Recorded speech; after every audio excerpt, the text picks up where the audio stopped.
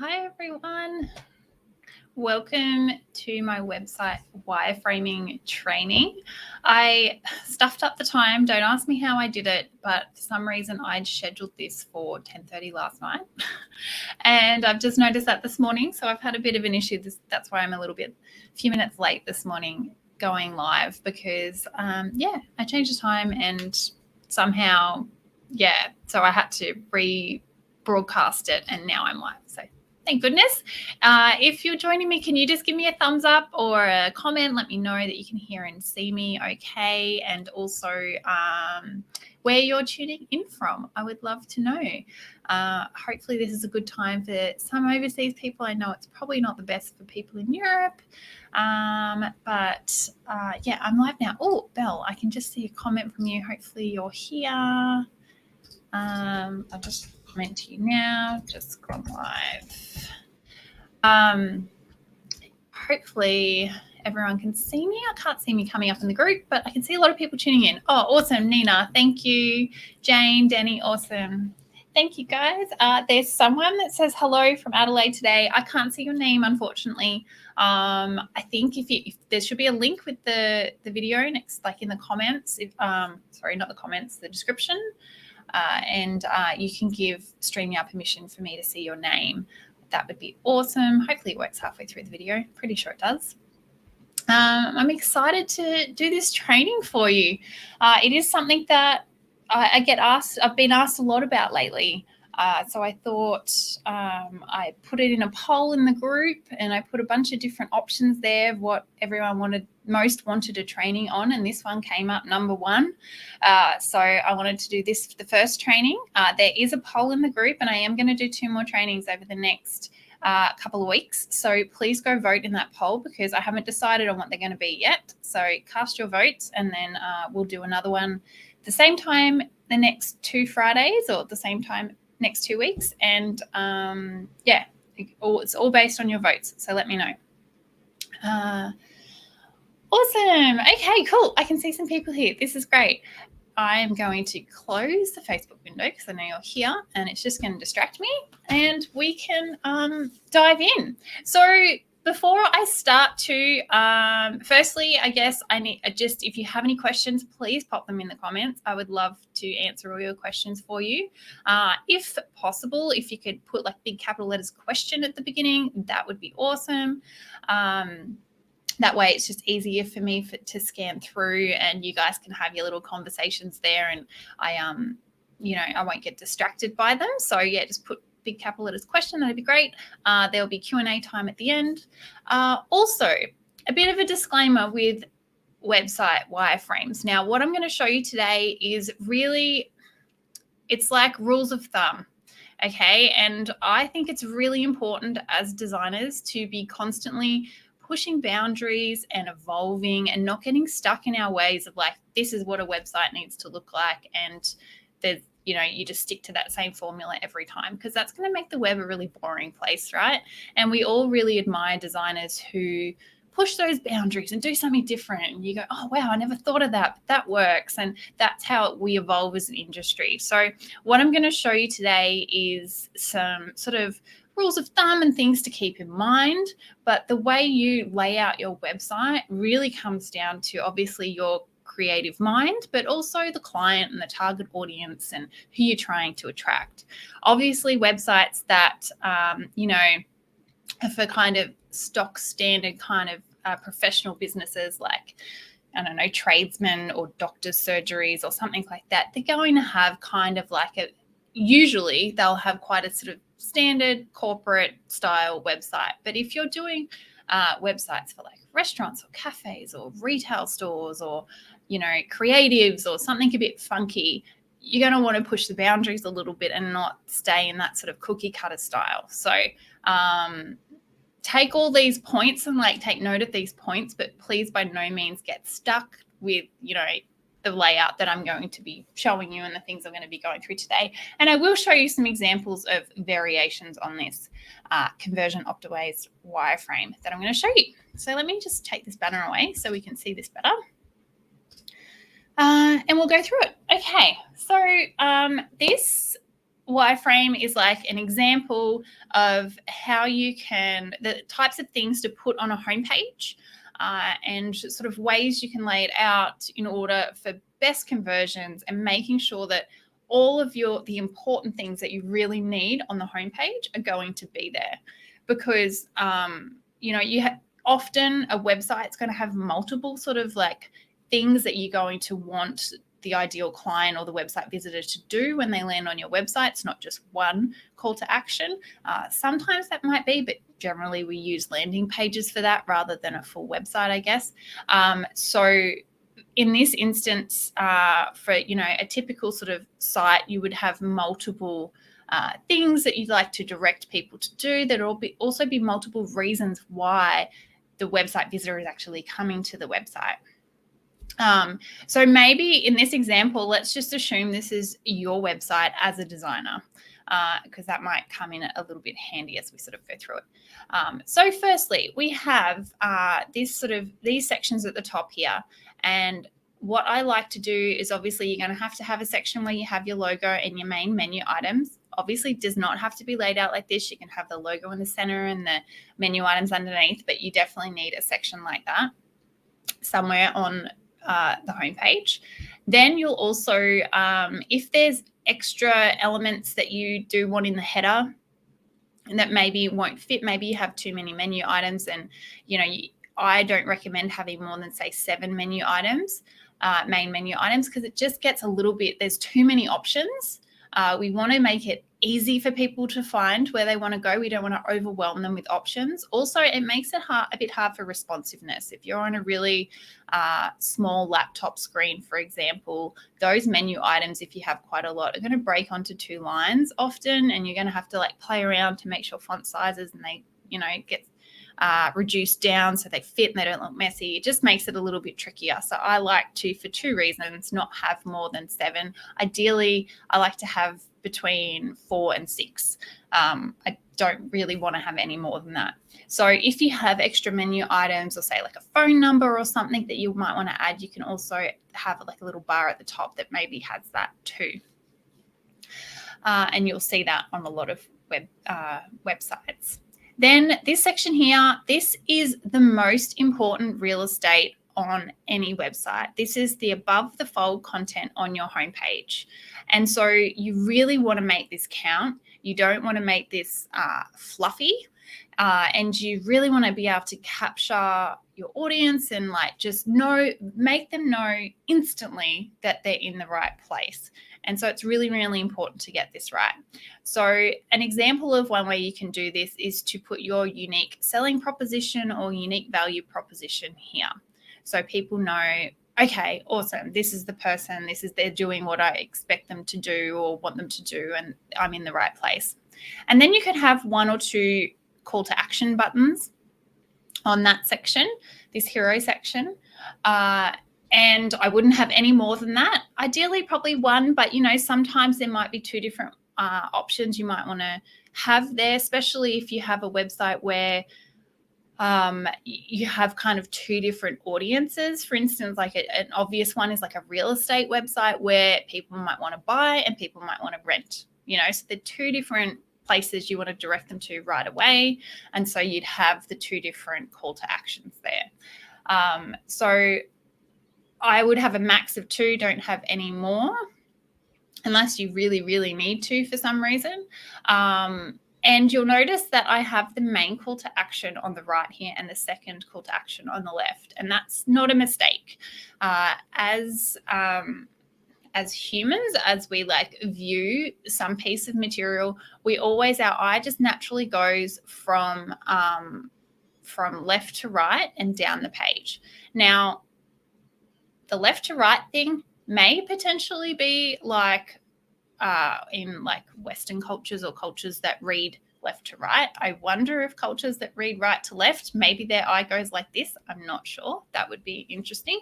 But I guess most of us are probably doing websites in English, I would assume. And so having the main call to action on this side means that that's where our eye is naturally going rather than that. We're going to see this one first rather than this one. So that's why I've put that there. And then you'll see that I have 3 little boxes here, and obviously you do not have to lay it out this way, but this is sort of a foolproof way of making sure that you get all the sort of main goals or things that you want to be sort of promoting or showing on your homepage, making sure that you get them in front of the website visitors' eyes quite quickly. And I've actually taken these. I've got ideal client goal 1, goal 2, goal 3. And this is actually a wireframe thing from my course. And in an earlier module of the course, we go through and we identify what the ideal client goals are. And so this is where we sort of pop them in.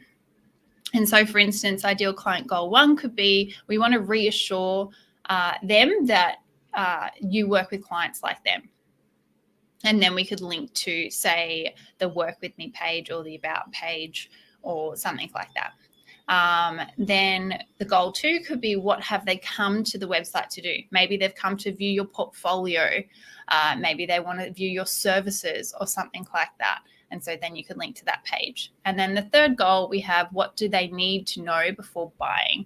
So again, this could be maybe view your portfolio. Maybe they want to see some testimonials. Maybe they need to grab your price list or something and then link to that page. So whatever those are, you would link through to those particular pages.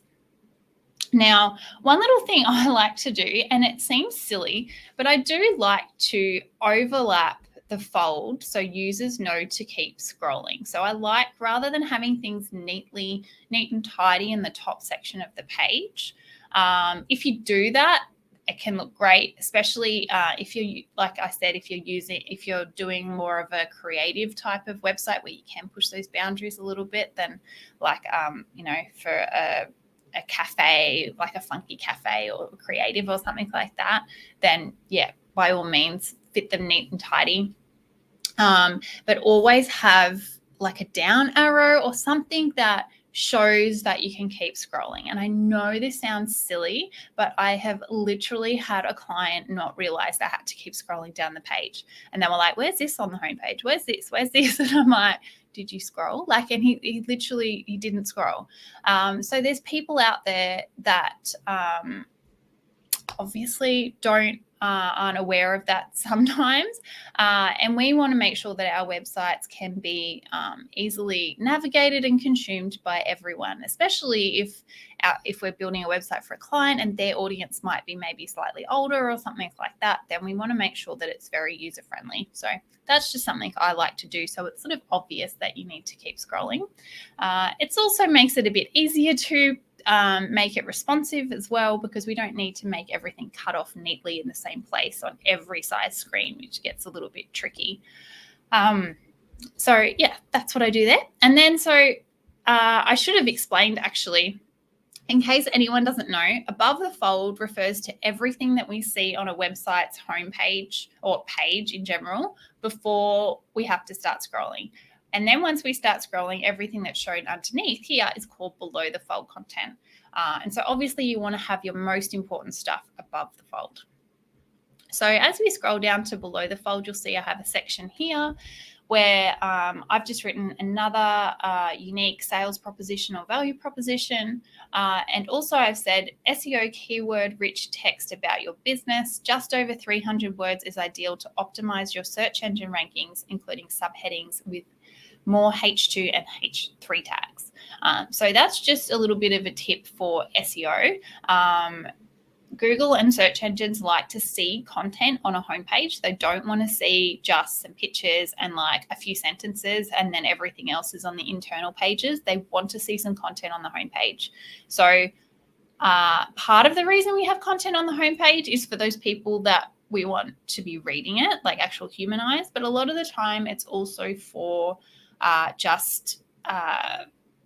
I guess, website crawlers and search engines, so they can learn what a website is about and what kind of things you're talking about on that website and what things they should be ranking you for. So having this section, I like to have like a little about me section or something like that, about the business section, just to ensure that I'm getting that word count up and I'm having at least 300 words of text on the homepage.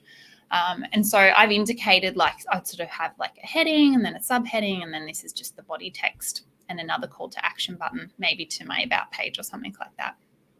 Another great thing to have on your homepage, as well as any pages on your website where clients were potentially making a decision to work with you, is to have some social proof. So ideally having some testimonials, if you have them, are fantastic. As you start working with clients, please make sure that you get testimonials. They're so valuable. Clients love to see it. Also, you could have samples of your portfolio. I wouldn't recommend having heaps on the homepage, maybe just like one section and then link to view more.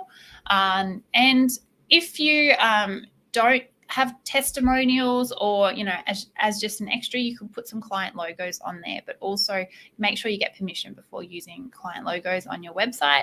But you could say, you know, some of the happy clients I've worked with or something, and then you could put some of the logos there. So that just gives you some social proof, so clients, sort of potential clients, can see that you know, you're working with people and people are happy and that kind of thing. Another important thing to have is an opt-in.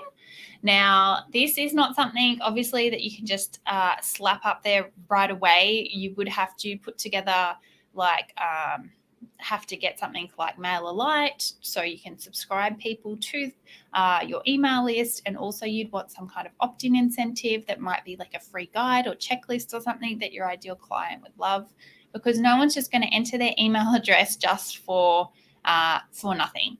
They want to get something for free, and you want to incentivize them to give you their email address. So having some kind of free opt-in on your website is great, and that's what you would want to have on your homepage, and potentially the footer of nearly all the pages on your website. And then under that, we have the footer, where you can just put your typical things like your legal pages, like privacy policy and such, some contact details, social media links, and your copyright info, and also, you know, acknowledgement or disclaimers or anything like that as well. So that's an example of all the things that sort of like the minimum that you would want to have on a homepage. Obviously, every website's a little bit different. Then you might find that there's some websites where you don't need a few of these things, but you maybe need other things. Obviously, this is just a guide. It's not like the be-all and end-all by any means.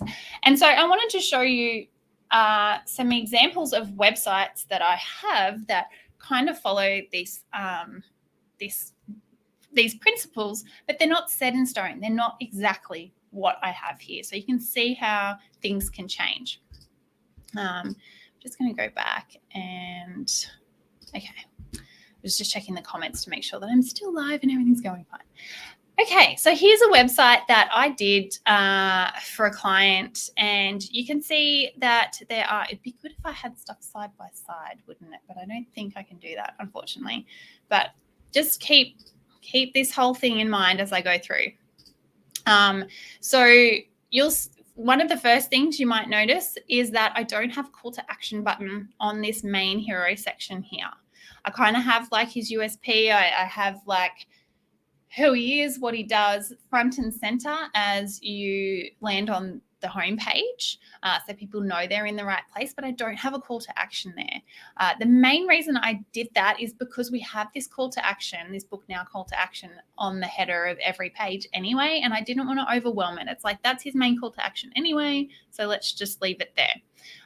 He also has a lot of content on his homepage it was really well-written content and everything, and I did want to encourage people to scroll a little bit more, so and to read through this stuff. So he has way more than 300 words of content on his homepage, which is brilliant. And then we have a call to action as we come down. What does the first session look like? So that's one of the sort of main sort of like hesitations or things that people want to learn when they land on a counsellor's website. They might be a bit nervous about going and working with a counsellor, and so they want to know, okay, what does it look like? What's going to be involved? That kind of thing. So we've popped that there. Then we have some social proof with some testimonials. another sort of another call to action, and then we have his footer with the acknowledgement and the copyright info, some sort of quick links and things, stuff like that. So that's one example. Another example is this Sage layout that Anna Dower designed and I built in Divi. It's one of the templates that we sell with Designer Boss and comes free with my Be the Boss of WordPress course as well. And you may or may not notice that this template is actually the same template I used for this website. I've just changed it up a bit. So I actually used the Sage template for this website. So I didn't have to completely design it from scratch. I was using this one that I'd already built. And so this is a kind of similar, but we'll scroll down, it'll be a little bit different. So this one has social media icons in the top here. It's not something I actually recommend that much anymore, is having social media icons at the top, because we don't want people landing on our website and then quickly leaving again. You know, once they're on our website should be really trying to convert them and tell them more about us, why we're the best, why they should work with us, and get them, you know, to make an inquiry. And so I don't really want to be directing them to my Facebook page or my Instagram page or something right off the bat. I definitely want to have them come hang out with me there and follow me there, but I don't necessarily want to have that in the header of my website. So I wouldn't necessarily recommend that now, and I'm thinking I might even update this template to more have a call to action button there. As you'll see, that's what I did for this one. Rather than having the social media icons, I put the book now button instead.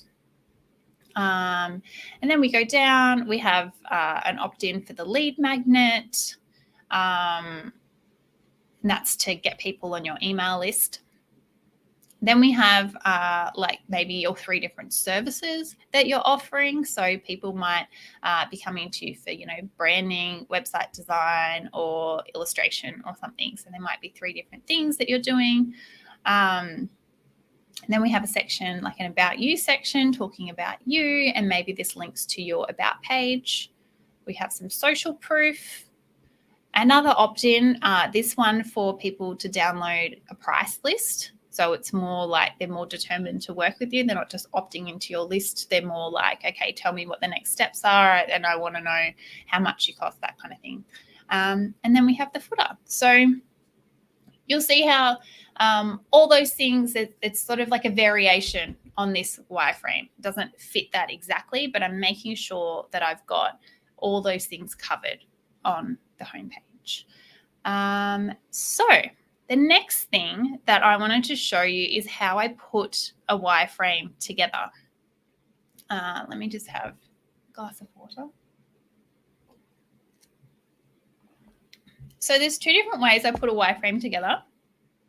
I'll show you the neater one first. So this is an example of a wireframe that I put together for a client, Spring Spa Wear.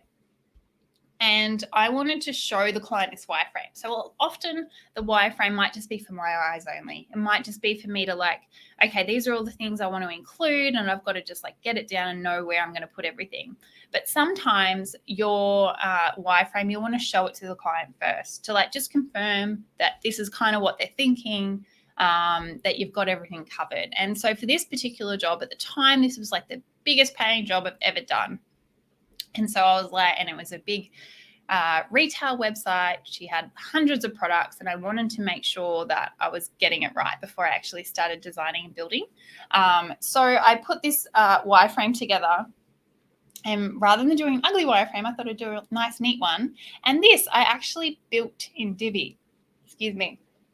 The great thing about Divi and a lot of the page builders is they have this placeholder content. So you can just like say, I want like a blurb module, or I want a slider module, or I want whatever, and it'll just like dump like the example content in there for you. So it's really easy to put a wireframe together, and not just like a hand-drawn or designed wireframe. It's like interactive and things actually work and stuff. So it's pretty awesome. So that's what I did here. And I put this wireframe together to just show them roughly what I wanted to do. Like obviously there would be more products under here, but I didn't need to show that. I was just telling them, okay, your uniform products feed will go here, your bed linen product feed will go here, that kind of thing. About us section, an opt-in section, and the footer. So I did this, like, honestly, I think this probably took me like half an hour in Divi. Like, it wasn't hard at all. It was more just like, okay, this is what I want to do, and I want to make it prettier and easier for my client to understand compared to the next option that I'm going to show you in a second. That's usually just for my eyes only. So yeah, this is one option that you can use to put your wireframes together. And also, you don't have to do it necessarily in Divi. I know you can do it in a design program of your choice as well. A lot of the design programs now are kind of easy just to like put elements together, especially if you have like a UI kit or something like that. But I just found it's just like super easy for me to do in Divi, so that's what I did. Okay, so without further ado, this is the wireframe that I do when it's just for my eyes only. And you can probably see why I wouldn't send this to a client, because it doesn't look pretty at all. It probably doesn't make much sense to them at all. But for me, it really helps me get everything I want to include out on paper, and I go, okay, yep, all these things are going to fit, making sure that I can like make everything fit to where I need it to fit. So I just get a pen and paper, and I have this kind of little guide, which you can probably tell a little bit. Obviously, I have the logo here. These little dots are social media icons. Then this is for the main menu. This section would be my hero section, and I've just got a little bit of text on there. And I'd probably pick a pretty image or something. I think I had some like keyword text here, obviously started with combining. I can't even remember who this one was for, to be honest. But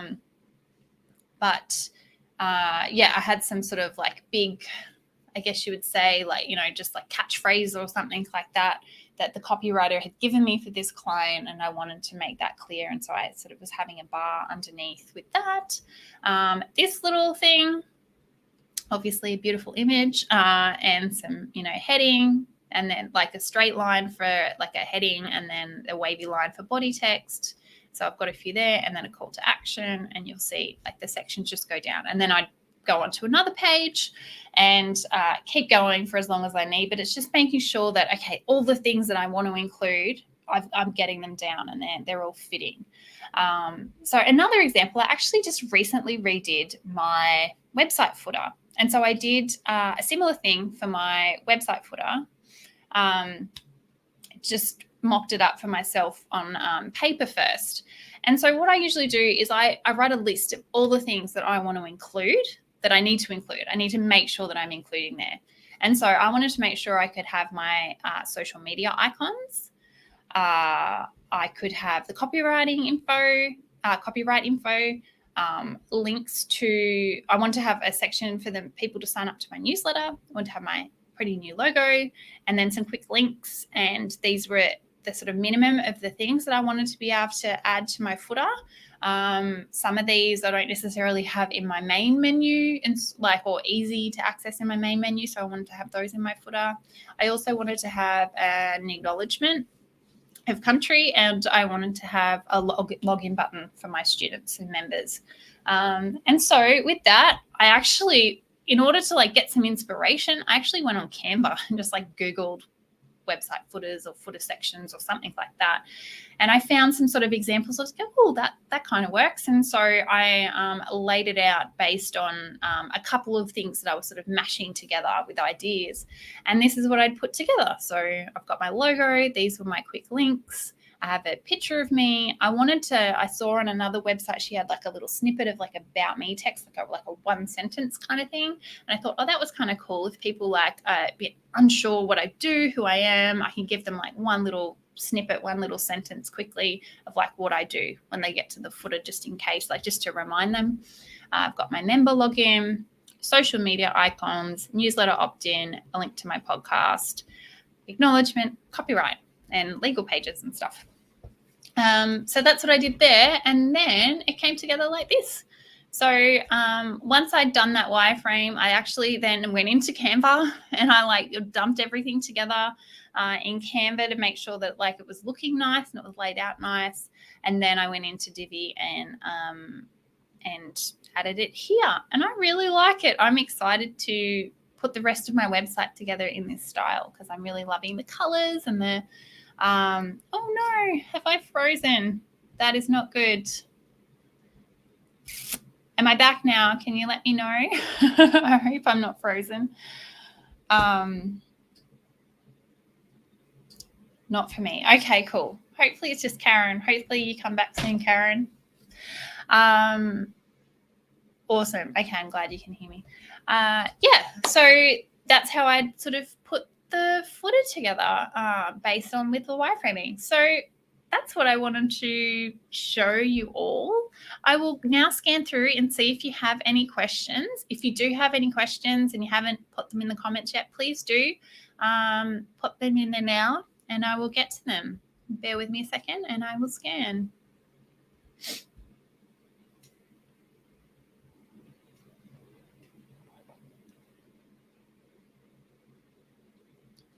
Jane, there's also a Gold Coast in Chicago. I did not know that. Maybe I did. Maybe I didn't. You've probably told me that before, actually. What do we got? Baltimore, Arizona, New Jersey. Awesome. Karen, why is the main call to action on the right? Hopefully you got that answer. Just the way our eye typically goes. Question. What happens when you don't have an arrow and the client takes it into their own hands post-launch? When you don't have an arrow, I'm assuming, let me have a look at that page that you're, oh, how do I copy this? I'm going to answer this question. And let's have a look at this website, hey?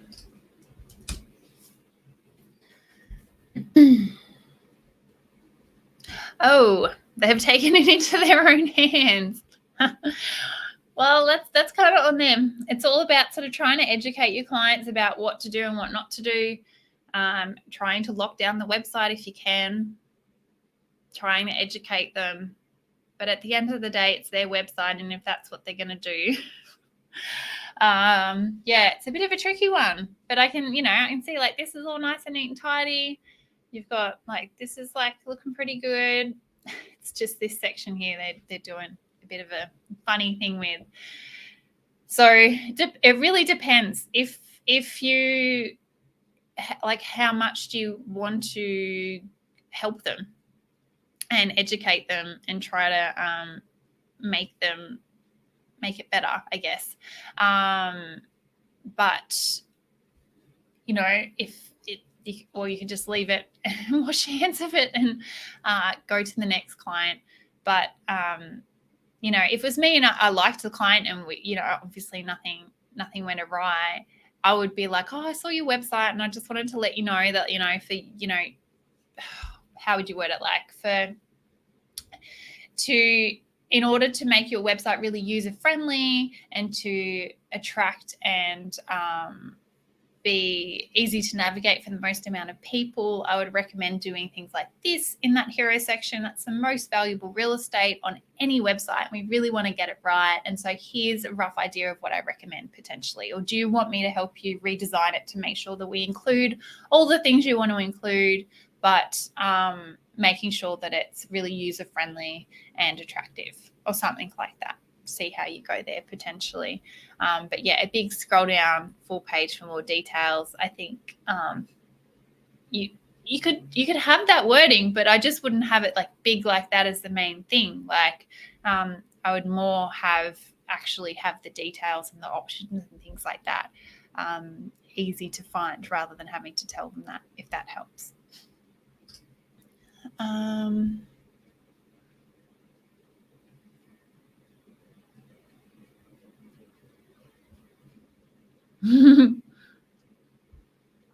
I love that you have the same wireframe style. What's this one? Yeah. Yeah, when it's just for you, it doesn't really matter. Oh, yep, Karen said mine looks similar. Yeah. So, but it's just not something you'd necessarily show to a client, right? I have shown like a similar, like a hand-drawn one to clients before, but I just make sure it's really neat and tidy and obvious and not just like something I've just like scribbled together really quickly.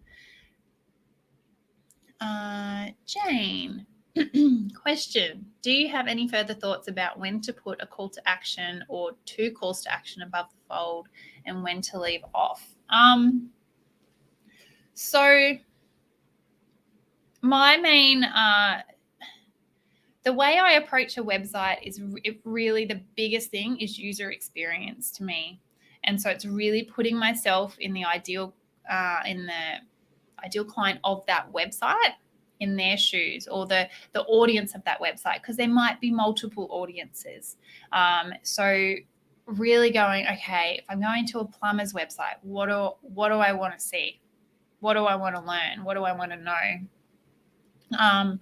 And then working out, okay, is that, one thing, or is it two things or three things? Like, what are those things and what's the most important, and where do I want to place them? I think, for instance, for a plumber's website or something, a couple of things that I definitely want to have easily accessible is phone number, or a book now button or something, or a contact us or something like that. Make an inquiry, whatever however that client wants people to contact them. But I'd want to have that really clear. I'd want to have opening hours. I'd want to have the services that they offer, maybe a little bit about, who that person, that plumber is. Is it a big team? Is it just like a one-man show? That kind of thing. Personally, I'd prefer a one-man show than a team. So really, I guess it depends. Probably some testimonials too. So I think like working out what those things are that people really need to see. And in that instance, I'd probably have a book now button in the top or something, or the phone number, call now. And then probably just one call to action on the main hero section. I wouldn't need to have multiple. But then, like I said before, if you had something like real estate and you've got clearly two target audiences, you've got people that want to rent, people that want to buy, then you'd probably have two side by side. What else? Like if you had, I'm trying to think of another example. I'm sure there would be heaps, but I'm having a mental blank. But there'd be some that you would probably have multiple places that have equal value that you would want to be directing people to. And then in that instance, you might have the two calls to action. Hopefully that helps. If anyone else has other examples or something or anything to share there, please help, because I'm having a bit of a mind blank right now. Nina, curious why you did the double up in Canva and Divi once you had drawn out your layout on paper. So I drew the layout on paper, but it was just the layout. I wasn't sure design-wise exactly how I wanted it to look and what colors I wanted to use. And I could just have winged it in Divi and played around and got it looking how I wanted it to look.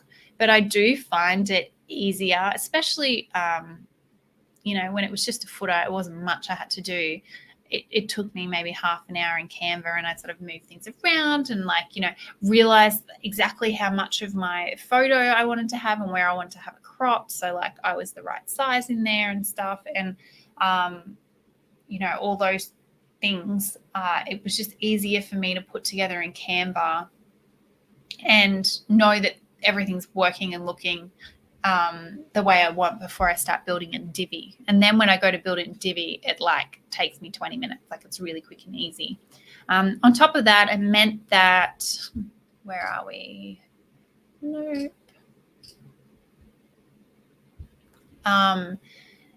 It meant that I could then, have this image cropped to the right size. I didn't have any other images actually that I needed to do. But often, like because this image, I think I then just, it's just a square image.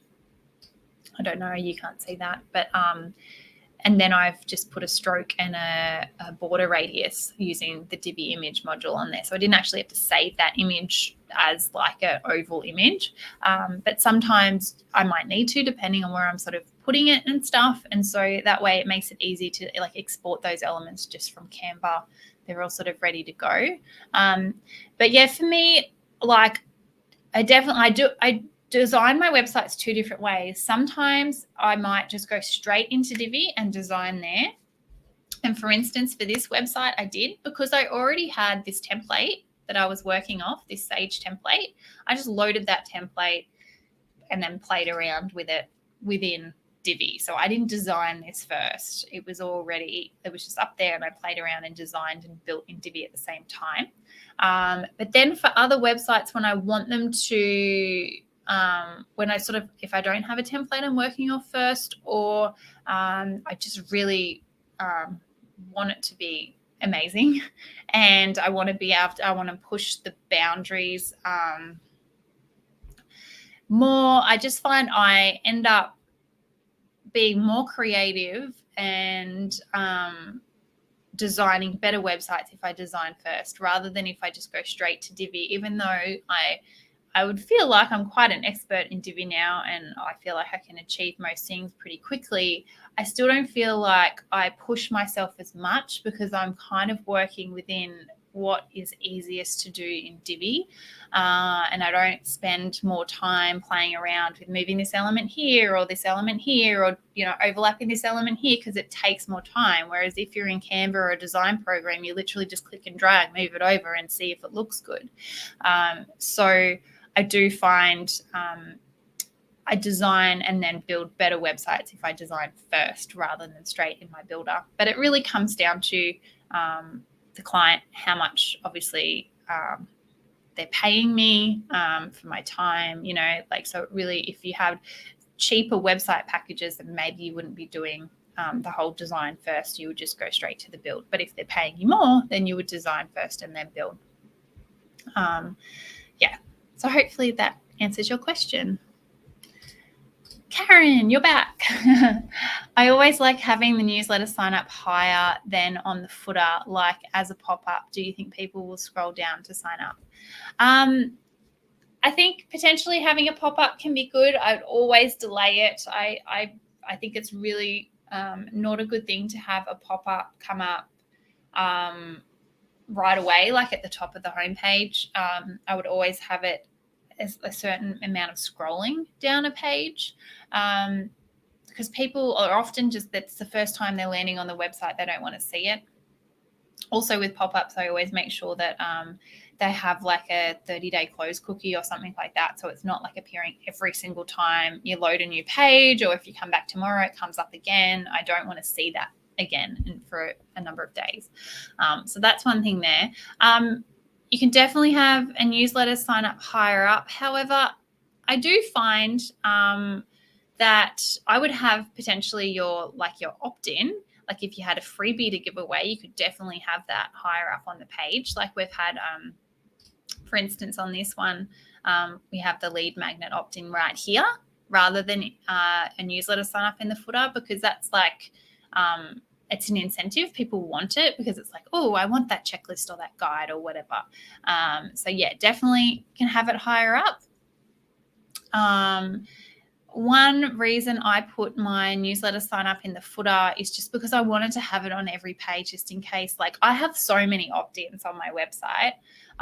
Like actually just above here, like I have an opt-in for my roadmap, and then I have like under here goodies, and I've got all these free downloads. Like I've got opt-ins everywhere throughout my site. But sometimes people just want to join my newsletter. Maybe they have some of my opt-ins from other things because I've just like given them to them, or they've got them from like a summit or something like that, and they just want to make sure they're on the newsletter list. And I've had people ask, so that's why I was like, I'm just going to pop this in the footer, so like anyone can sign up to my newsletter wherever. They don't have to actually opt in to something that maybe they don't necessarily want. So that's why I popped that there.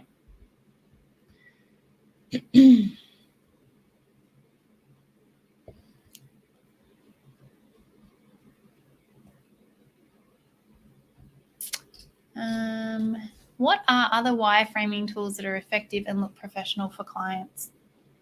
There are other ones. Can other ladies answer this? Because I know a lot of people have told me about some where you can mock things up pretty quickly. But honestly, I've just found Divi's really easy to use for me. But I know there are some free ones online, and then there's other like design programs and stuff. Really, any of your design programs of choice. Oh, awesome! Yeah, like Nina said, there's XD, there's Figma. Yeah, so there's a lot of different design programs you can use. Even if you have a preferred design program that you just love using, you could create or buy, from Creative Market or something, you could buy UI elements, like user interface elements, that's just like an example of like a footer or a newsletter sign up, or, a menu or a slider or something like that. And then you can easily just like dump those elements in to create your wireframes. Pretty easy that way as well. And I think this is the last question. Any last minute questions, please let me know. I may have missed this, but how many drafts of the wireframe do you offer your clients, and how do you handle when they go over? I don't give all my clients wireframe options. It's literally only if I need some feedback or I want to confirm something. 90% of the time, I would say, I don't even show them a wireframe. I just design the homepage and show them that. And I just give one option for the homepage now. I used to give multiple. Now I just give one and we work from there. And the reason I give one is because I really explain, okay, when I present a homepage design or something, I will record a Loom video and I will run through top to bottom what I have done, why I've done it, why this is important, based on what they've told me with their ideal client, based on, this is the most valuable real estate, and all the things I was explaining in that conversion optimized wireframe. I kind of, to you guys, I kind of do as I'm going through this video. And I explain to them why it's important. I also explain, I've done this because, you said you wanted this and that works really well. You also said that you wanted this, but I just found it wasn't working because of this reason and that reason. And so now this is the option I've come up with. And honestly, when I present them like that, like, it's very rare. Like, I get maybe a couple of things they maybe want changed up. Maybe they're not loving that shade of pink or something, and I'll change it. But like most of the time, they're just like happy with it and ready to roll with it. So I just go straight to the design rather than the wireframe. But in those cases where I do the wireframe, I just give them one option, unless potentially I've thought of two options that I think will work. But it really comes down to what I think is going to work. And I think you're the expert, right? Like, your client they're hiring you because you're the expert. So really it comes down to what you think is going to work, what you think is the best option based on their goals and the goals of their ideal client.